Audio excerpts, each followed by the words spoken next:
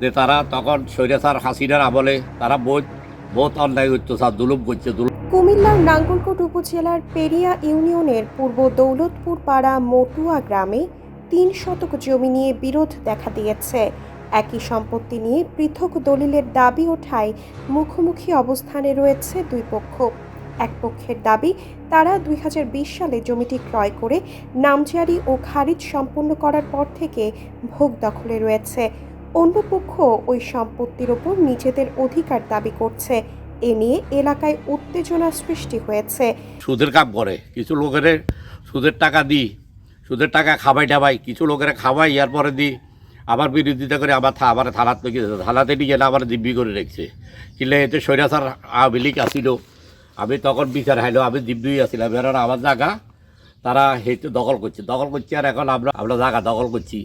দখলেরই আগো জায়গা আমার আপন স্বাস্থ্য ভাই, আমার বাপের আপন বাইর ঘরের বাতিজার থেকে আমি জায়গাটা কিনে নিয়েছি। বিষয়টি তদন্ত করে প্রয়োজনীয় ব্যবস্থা নিতে প্রশাসনের হস্তক্ষেপ চেয়েছেন জমির ক্রেতা সালাউদ্দিন ও তার পরিবার। আমি জনগণের কাছে আমার এই বিচারটা আপনাকে এলাকাবাসীর কাছে দিয়ে, যে তারা তখন স্বৈরাচার হাসিনার আমলে তারা বহুত অন্যায় অত্যাচার জুলুম করছে। জুলুম করার পরে এখন আমরা বর্তমান সরকার, বাংলাদেশ জাতীয়বাদী দলের সরকার, আমরা ন্যায় বিচারক পাইছি। ন্যায় বিচারকের আমলে আমার জায়গাতে আমি আইসি না, আমি আসি, ইনশাল্লাহ আমি থাকবো, কিলে আমার কবলা সঠিক।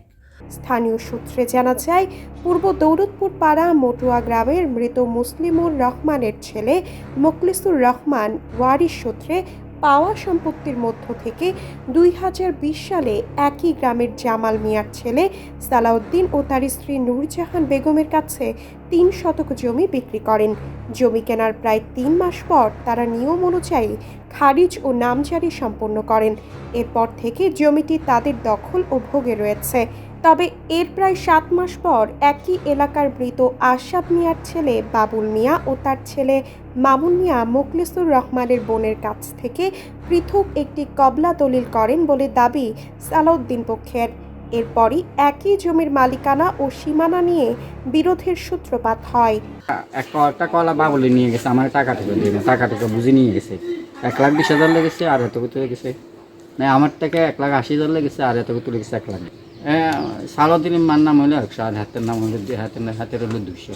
এটা আমি জমি যখন বিড়ে তো আমার দুগের মেঝে ১২ লয়ে গেছে, ১২ নিয়ে গেছে আমার বইনে যদি ১২ নিয়ে গেছে, বোনের লোক বইনে আমার লোক আবস করে না।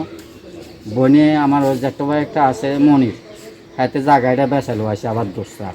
সালাউদ্দিন পক্ষের অভিযোগ, তাদের ক্রয়কৃত ৩ শতক জমি যে দাগে অবস্থিত বাবুলগং, ওই দাগের দক্ষিণ অংশে কবলা রয়েছে, কিন্তু তারা এ অংশে নিজেদের জমি দাবি করছেন।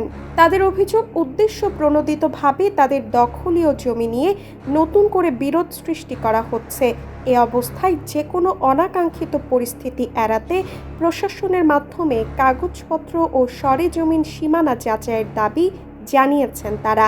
জামালের লগে বাবুরের লগে যে ঘটনাটা জায়গা নিয়ে, এই জায়গাটা ওই দিনে পুলিশ আইছে। জামাল একটা অভিযোগ করার পরে পুলিশ আইছে। পুলিশ আসার পরে পুলিশের কাগজপত্র সবগুলি দেখছে। এখন পুলিশে বলতেছে দেন, পুলিশ আমাদের থেকে স্টেটমেন্ট নিচ্ছে গ্রামের ২-৪ জন থেকে। পুলিশে বলছে যে জামাল জায়গাটা কিনছে, দেন এটা ঠিক নেই। জামাল জায়গা কিনছে, জামাল ওই না দলিল মূলে জামাল জায়গাটা পাও না, পুলিশ এটাই বলে গেছে। এখন আবার তাদের মধ্যে সমঝোতা করি পুলিশের হিয়ানে যা এটা ভাঙাচোরা করার কথা বলছে। দলিল মূলে মালিক ৩ শতক দলিল মূলে মালিক।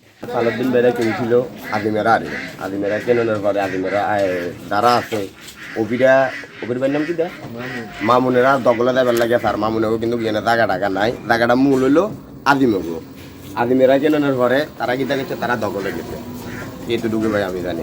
অভিযোগের বিষয়ে বাবুল মিয়া ও মামুন মিয়ার বক্তব্য জানতে তাদের বাড়িতে গিয়ে তাদের না পাওয়ায় বক্তব্য নেওয়া সম্ভব হয়নি।